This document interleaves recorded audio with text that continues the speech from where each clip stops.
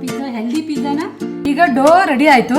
ನನಗೆ 1K subscriber ಆಗ್ಯಾರ within 1 month ಒಳಗೆ.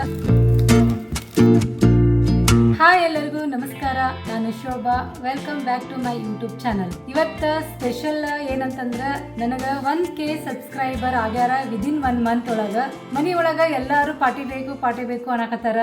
ಅದಕ್ಕೆ ಏನಾದ್ರು ಸ್ಪೆಷಲ್ ಮಾಡೋಣ ಅಂತ ಪಿಜ್ಜಾ ಮಾಡೋಣ ಅಂತ ಅನ್ಕೊಂಡಿನಿ. ಅದನ್ನ ನಿಮ್ಮ ಜೊತೆ ಯಾಕೆ ಶೇರ್ ಮಾಡ್ಕೋಬಾರ್ದು ಅಂತ ವಿಡಿಯೋನ ಮಾಡಾಕತ್ತೀನಿ. ಯಾರೆಲ್ಲ ನನಗೆ ಸಬ್ಸ್ಕ್ರೈಬ್ ಮಾಡಿರಿ, ಇಲ್ಲಿವರೆಗೂ ಸಪೋರ್ಟ್ ಮಾಡಿರಿ, ಎಲ್ಲರಿಗೂ ತುಂಬಾ ಧನ್ಯವಾದಗಳು. ಹೀಗೆ ನನ್ನ ವಿಡಿಯೋ ನೋಡ್ತಾ ಇರಿ, ಸಪೋರ್ಟ್ ಮಾಡ್ತಾ ಇರಿ. ಹೊಸ ರೆಸಿಪೀಸ್ ಅನ್ನ ನಾನು ನಿಮ್ಗೆ ಮಾಡಿ ತೋರಿಸ್ತಾ ಇರ್ತೀನಿ. ತುಂಬಾ ಜನ ನಂಗೆ ಏನಾರ ಕಮೆಂಟ್ ಒಳಗೆ ಕ್ವಶನ್ ಕೇಳ್ತಿರ್ತೀರಾ. ನಂಗೂ ನೋಡಿ ಖುಷಿ ಆಗ್ತೈತಿ, ಮತ್ತೆ ಆನ್ಸರ್ ಮಾಡ್ಲಿಕ್ಕೂ ಖುಷಿ ಆಗ್ತೈತಿ. ಹೀಗೆ ನೀವನ್ನ ಸಪೋರ್ಟ್ ಮಾಡ್ತಾ ಇರಿ.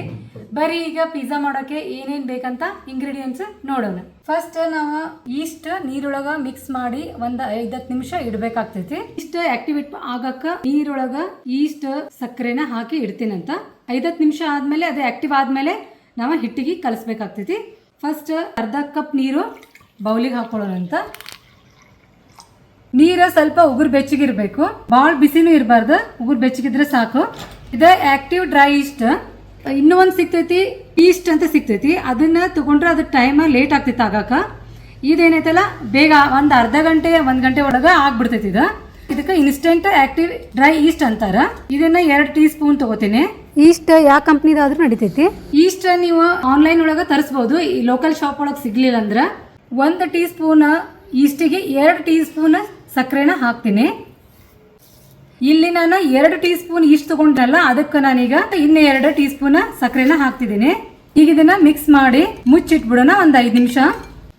ಇದನ್ನ ಸೈಡಿಗೆ ಇಟ್ಬಿಡ್ತೀನಿ. ಈಗ ಪಿಜ್ಜಾ ಮಾಡಕ್ಕೆ 2 cup wheat flour, 2 cup all purpose flour ತಗೊಂಡೀನಿ. ಆಲ್ ಪರ್ಪಸ್ ಫ್ಲಾರ್ ಇರಲಿಲ್ಲ ಅಂದ್ರೆ ಮೈದಾ ತಗೋಬಹುದು. ಕಪ್ ಅಳತಿ ತಗೊಳ್ಳುವಾಗ ನಾವು ಯಾವಾಗಲೂ ಇದು ಫ್ಲಾಟ್ ಆಗಿರಬೇಕು ಹಿಟ್ಟು.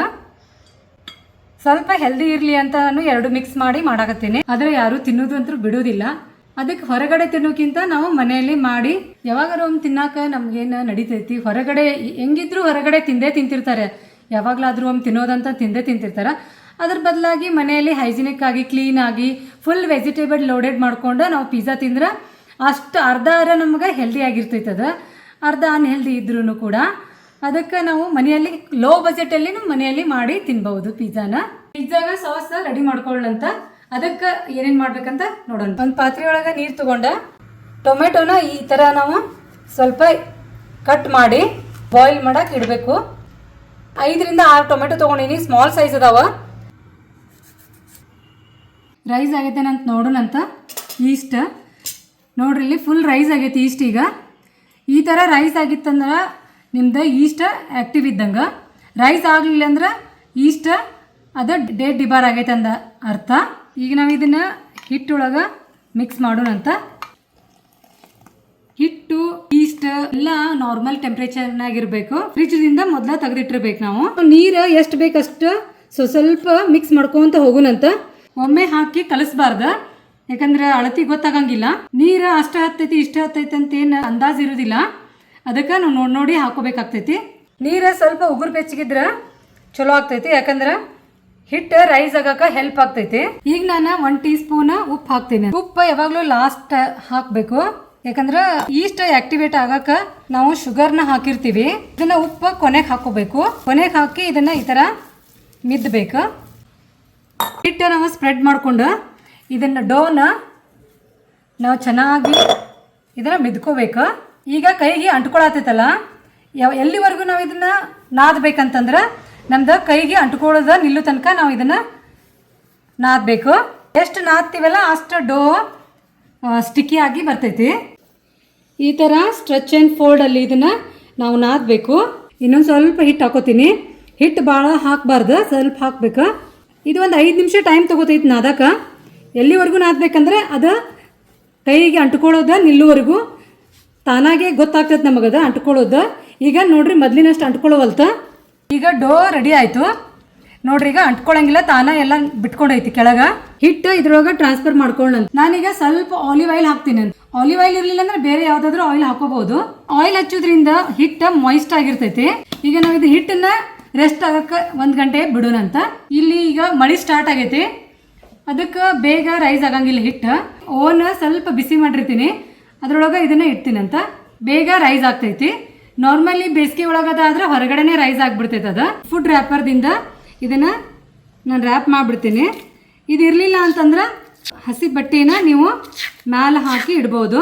ಮ್ಯಾಲೆ ಒಂದು ಸ್ವಲ್ಪ ಆಲಿವ್ ಆಯಿಲ್ ಹಚ್ತೀನಿ. ಇದಕ್ಕೆ ಇದನ್ನೀಗ ಓವನ್ದಾಗ ಇಡ್ತೀನಂತ. ಟೊಮೆಟೊ ಬಾಯ್ಲ್ ಆಗ್ಯಾವ, ಈಗ ತೆಗೆದು ಬಿಡೋಣಂತ. ಮೇಲಿಂದ ಸ್ಕಿನ್ ಪೀಲ್ ಮಾಡ್ಕೋಬೇಕು. ಹಿಂಗೆ ಕಟ್ ಮಾಡೋದ್ರಿಂದ ಬೇಗ ಪೀಲ್ ಆಗಿಬಿಡ್ತಾವ. ಅದಕ್ಕೆ ನಾವೇನೋ ಕಟ್ ಮಾಡ್ಕೋತೀವಿ. ಈ ಥರ ಪೀಲ್ ಮಾಡಿಕೊಂಡು ಟೊಮೆಟೊನ ಈಗ ಬ್ಲೆಂಡ್ ಮಾಡ್ತೀನಿ.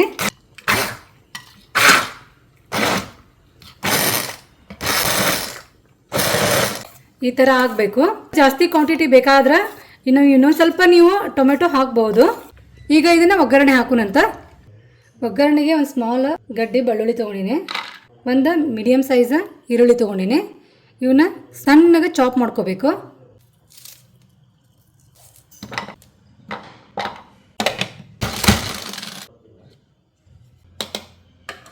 ಸ್ವಲ್ಪ ಸಣ್ಣ ಆಗಬೇಕು, ಭಾಳ ದಪ್ಪಿದ್ರೆ ಚಲೋ ಅನ್ಸಂಗಿಲ್ಲ. ಒಗ್ಗರಣೆ ಹಾಕೋಣಂತ. ಸ್ವಲ್ಪ ಆಯಿಲ್ ಹಾಕ್ತೀನಿ. ಆಯಿಲ್ ಬಿಸಿ ಆದಮೇಲೆ ಈ ಬೆಳ್ಳುಳ್ಳಿ ಮತ್ತು ಈರುಳ್ಳಿನ ಕಟ್ ಮಾಡಿ ಇಟ್ಕೊಂಡಿನಲ್ಲ ಅದನ್ನು ಹಾಕ್ಬಿಡ್ತೀನಿ. ಚಿಲ್ಲಿ ಪೇಸ್ಟ್ ಹಾಕ್ತೀನಿ, ರೆಡ್ ಚಿಲ್ಲಿ ಪೇಸ್ಟ್. ಸ್ವಲ್ಪ ಸಾಲ್ಟ್ ಹಾಕ್ತೀನಿ. ಅರ್ಧ ಟೀ ಸ್ಪೂನ್ಗಿಂತ ಕಡಿಮೆ ಪೆಪ್ಪರ್ ಪೌಡ್ರ್ ಹಾಕ್ತೀನಿ. ಸ್ವಲ್ಪ ಇಟಾಲಿಯನ್ ಹರ್ಬ್ಸ್ ಹಾಕ್ತೀನಿ. ಕೆಚಪ್ ಹಾಕ್ತೀನಿ 1 ಸ್ಪೂನ್. ಈಗ ಗ್ರೈಂಡ್ ಮಾಡಿಟ್ಟಿರೋ ಟೊಮೆಟೊ ಹಾಕ್ತೀನಿ. ಬೇಸಿಲ್ ಇದ್ರೆ ಬೇಸಿಲ್ ಹಾಕೋಬೋದು. ಸ್ವಲ್ಪ ಖಾರ ಇರಲಿ ಅಂತಂದೆ ನಾನು ಕೆಂಪು ಖಾರದ ಪೌಡ್ರ್ ಹಾಕೊಳತ್ತೀನಿ. ಡೋ ಈಗ ಫುಲ್ ಉಬ್ಬೈತಿ. ಹಿಟ್ಟು ಹಾಕಿ ಡೋನ ಇದ್ರೊಳಗೆ ಹಾಕೊಳ್ಳಂತ. ಇದ್ರೊಳಗೆ ನಾನು 4 ಭಾಗ ಮಾಡ್ತೀನಿ. ಇದು ಹಿಟ್ಟು ಉಳಿತಂದ್ರೆ ನೀವು ಸ್ಟೋರ್ ಮಾಡಿ ಫ್ರಿಜ್ನಲ್ಲಿ ಇಟ್ಟು ಇದನ್ನು 1 ವಾರ ತನಕ ನೀವು ಯೂಸ್ ಮಾಡ್ಕೋಬೋದು. ಡೋನ ಟಕ್ ಮಾಡಿಕೊಂಡು ಉಳ್ಳಿ ಮಾಡಿಕೊಂಡು ಇಡಬೇಕು. ಈ ಥರ ಸ್ವಲ್ಪ ಕೆಳಗಡೆ ಹಿಟ್ಟು ಹಾಕಿ ಡೋನ ಸ್ಪ್ರೆಡ್ ಮಾಡೋಣ. ಭಾಳ ಹಿಟ್ಟು ಹಾಕೋಬೇಡ್ರಿ, ಈ ಥರ ಸ್ಪ್ರೆಡ್ ಮಾಡ್ಕೊತ ಹೋಗ್ಬೇಕು. ಚಪಾತಿ ಥರ ಲಟ್ಟಣಿಗೆಯಿಂದ ಕೂಡ ಮಾಡಬಹುದು. ದಪ್ಪ ಬೇಕಂದ್ರೆ ದಪ್ಪ ಮಾಡ್ಕೋಬೋದು, ತೆಳ್ಳಗೆ ಬೇಕಂದ್ರೆ ತೆಳ್ಳಗೆ ಮಾಡ್ಕೋಬೋದು.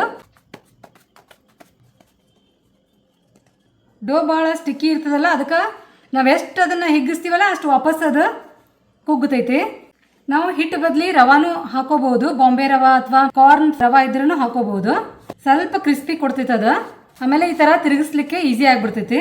ಈಗ ಪಿಜ್ಜಾನ ನಾವು ಯಾವ ಟ್ರೇನಾಗ ಹಾಕಿ ಓವನ್ನಾಗ ಇಡ್ತೀವಲ್ಲ ಆ ಟ್ರೇದೊಳಗೆ ಶಿಫ್ಟ್ ಮಾಡ್ಕೊತೀನಿ. 10 ನಿಮಿಷ ಮುಚ್ಚಿಟ್ಬಿಡ್ತೇನೆ, ಯಾಕಂದ್ರೆ ಇನ್ನೊಂದ್ಸತಿ ರೈಸ್ ಆಗ್ಬೇಕದ. ಆಮೇಲೆ ನಾ ಇದ್ರ ಮೇಲೆ ಟಾಪಿಂಗ್ ಹಾಕೊತೀನಿ. ಈಗ ಇದ್ರ ಮೇಲೆ ಅಂದ್ರೆ ಟವಲ್ ಹಾಕಿ ಇಟ್ಬಿಡೋಣಂತ. ನಾನೀಗ ಮೊದಲೇ ಚಾಪ್ ಮಾಡಿ ಇಟ್ಕೊಂಡಿನಿ ವೆಜಿಟೇಬಲ್ಸ್. ಸ್ವೀಟ್ ಕಾರ್ನ್ ತೊಗೊಂಡಿನಿ, ಕ್ಯಾಪ್ಸಿಕಮ್ ತೊಗೊಂಡಿನಿ, ಬ್ಲ್ಯಾಕ್ ಆಲಿವ್ಸ್, ಗ್ರೀನ್ ಆಲಿವ್ಸ್ ತೊಗೊಂಡಿನಿ, ಹಲಪಿನೋಸ್ ತೊಗೊಂಡಿನಿ, ಬೆಸಿಲ್ ತೊಗೊಂಡಿನಿ, ಈರುಳ್ಳಿ ತೊಗೊಂಡಿನಿ.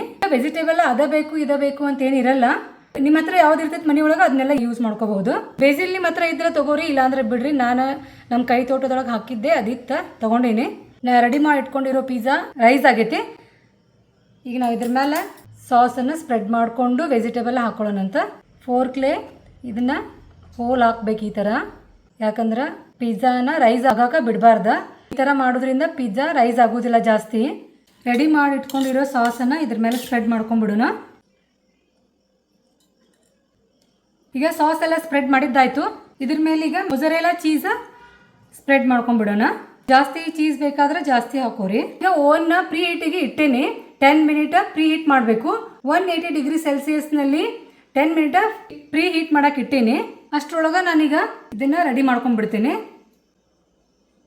ಕ್ಯಾಪ್ಸಿಕಮ್ ಸ್ಪ್ರೆಡ್ ಮಾಡ್ಕೊತೀನಿ. ಈಗ red colour, yellow colour capsicum ಎಲ್ಲ ಇದ್ರೆ ಎಲ್ಲ ಹಾಕ್ಕೋಬಹುದು. ನನ್ನ ಹತ್ರ ಈಗ ಇರೋದು ಇದು ಒಂದು.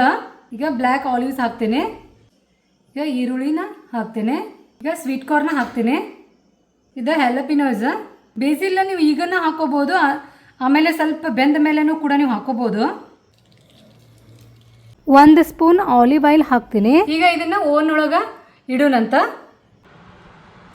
200 ಡಿಗ್ರಿ ಸೆಲ್ಸಿಯಸ್ನಲ್ಲಿ 12 to 15 ಮಿನಿಟ್ ಇಡಬೇಕು. ಪಿಜ್ಜಾ ಬೇಕ್ ಮಾಡೋಕ್ಕೆ ನಾನಿಲ್ಲಿ ಸೆಕೆಂಡ್ ರ್ಯಾಕ್ ಒಳಗೆ ಇಟ್ಟೀನಿ.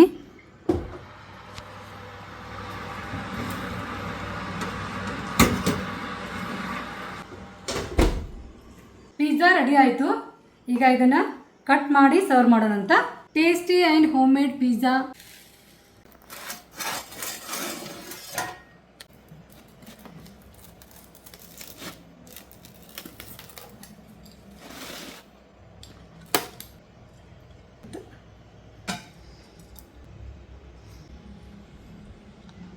ಈ ಪಿಜ್ಜಾ ರೆಸಿಪಿ ನಿಮಗೆ ಹೆಂಗೆ ಅನ್ನಿಸ್ತಾ ಕಮೆಂಟ್ ಮಾಡಿ ಹೇಳ್ರಿ. ನೋಡ್ರಿ ಎಷ್ಟು ಚಂದ ಬೇದೈತಿ ಪಿಜ್ಜಾ. ನೋಡ್ರಿ ಇಲ್ಲಿ ಕ್ರಿಸ್ಪಿನೂ ಐತಿ, ಕೆಳಗಿನಿಂದ ಮೇಲೆ ಸಾಫ್ಟ್ ಐತಿ. ನೀವು ಮಾಡ್ರಿ, ಹೆಂಗಾಗೈತೆ ಅನ್ನೋದೇ ನನಗೆ ಕಮೆಂಟ್ ಒಳಗೆ ಹೇಳ್ರಿ. ಯಾವ ರೆಸಿಪಿ ಬೇಕಂತ ನಿಮಗೆ ಕಮೆಂಟ್ನಲ್ಲಿ ತಿಳಿಸ್ರಿ, ನಾನು ಮಾಡಿ ತೋರಿಸ್ತೇನಂತ. ಮತ್ತೆ ನೆಕ್ಸ್ಟ್ ವಿಡಿಯೋದಲ್ಲಿ ಸಿಗ್ತೀನಿ. ನನ್ನ ಚಾನಲನ್ನು ಸಬ್ಸ್ಕ್ರೈಬ್ ಮಾಡಿರಿ, ಲೈಕ್ ಮಾಡಿರಿ, ಶೇರ್ ಮಾಡಿರಿ, ಕಮೆಂಟ್ ಮಾಡಿರಿ. ಹೀಗೆ ನಿಮ್ಮ ಸಪೋರ್ಟ್ ನನ್ನ ಜೊತೆ ಯಾವಾಗಲೂ ಇರಲಿ. ಇನ್ನೊಂದು ಸತಿ ಹೇಳ್ತೀನಿ, 1K ಆಗಾಕ ನನಗೆ ಸಬ್ಸ್ಕ್ರೈಬ್ ಮಾಡಿದ ಎಲ್ಲ ವ್ಯೂವರ್ಸಿಗೆ ನನ್ನ ಧನ್ಯವಾದಗಳು.